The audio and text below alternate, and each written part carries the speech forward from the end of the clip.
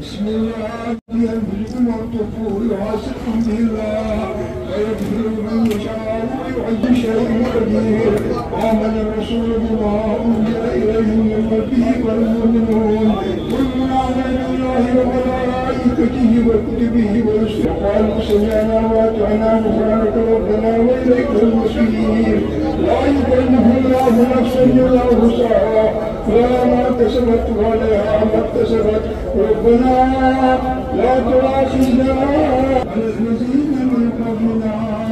ربنا ولا تهمنا ما لا طاقة لنا به ربنا ولا تهمنا ما لا طاقة وارحمنا أنت مولانا انصرنا على القوم الكافرين الحمد لله رب العالمين إياك نعبد وإياك نستعين اهدنا الصراط المستقيم صراط الذين بسم الله الرحمن الرحيم قل هو الله أحد مادر مہربان کے بارے میں کیا کہوں گی کیونکہ وہ اس طرح کی شخصیت تھی جن کے بارے میں مجھے لگتا ہے الفاظ کم پڑ رہے ہیں کہ ان کے بارے میں جو خطاب ملا تھا جہاں کو مادر مہربان کا اور میں نہیں سمجھتی ہوں کہ آج تک کوئی ان کی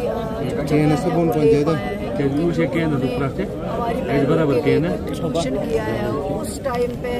ایک پارلیمنٹ ممبر بن کے یہاں کے عورتوں کی نمائندگی کرنا پارلیمنٹ میں اور اس کے علاوہ چاہے ایجوکیشن سیکٹر ہو چاہے ہیلتھ سیکٹر ہو چاہے باقی سوشل ویلفیئر جو ان کا رول ہے وہ قابل تعریف ہے اس کو نہیں بلایا جا سکتا ہے اور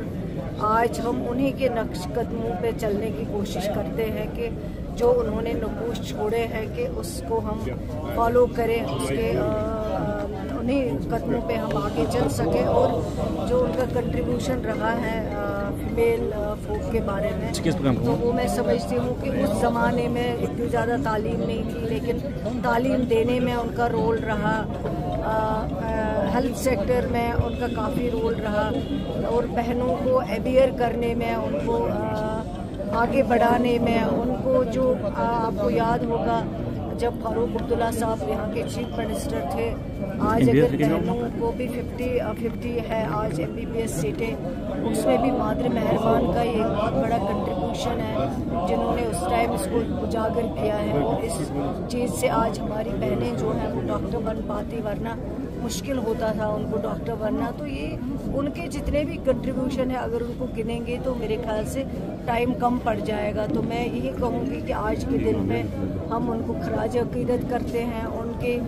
جو یہاں پہ کام ہے جو انہیں کنٹریبیوٹ کیا ہے اس کو یاد رکھ رہے ہیں اور اسی نقش قدم پہ ہم چلنے کی کوشش کر رہے ہیں سکینہ جی ایک طرف آ چکی مادر مہربان کی برسی ہے اس پر مختلف جماعتیں خراج عقیدت پیش کر رہی ہیں اور دوسری جانب 13 جولائی کو لے کے نیشنل کانفرنس کو تنقید کا نشانہ بنایا جا رہا ہے سو کیا کہیں گے آپ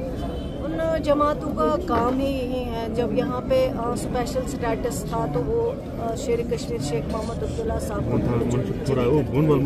جب یہاں اسٹیٹ ہوڈ تھا تو وہ اس طرح کی باتیں کرتے ہیں ان کی تو عادت ہے یہی باتیں کرنا لیکن آج اگر کسی مصیبت میں ہم ہیں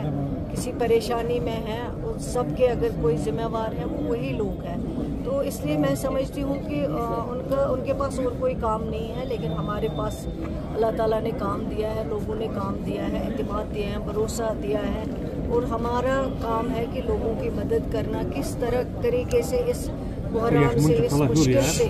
اس یوٹی کو نکالا جائے چاہے وہ اسٹیٹ ہوڈ ہو چاہے وہ اسپیشل اسٹیٹس کی بات ہو چاہے وہ ہماری نوکریوں کا جو حق ہمارے اوپر تھا اس کی بات ہو چاہے وہ ہمارے لینڈ ایکٹس کی بات ہو تو ان سب چیزوں پہ ہے جو ہم کام کر رہے ہیں اور جو تباہی یہاں 14 سے لے کے آج تک انہوں نے کی ہے اس تباہی کو ٹھیک کرنے کے لیے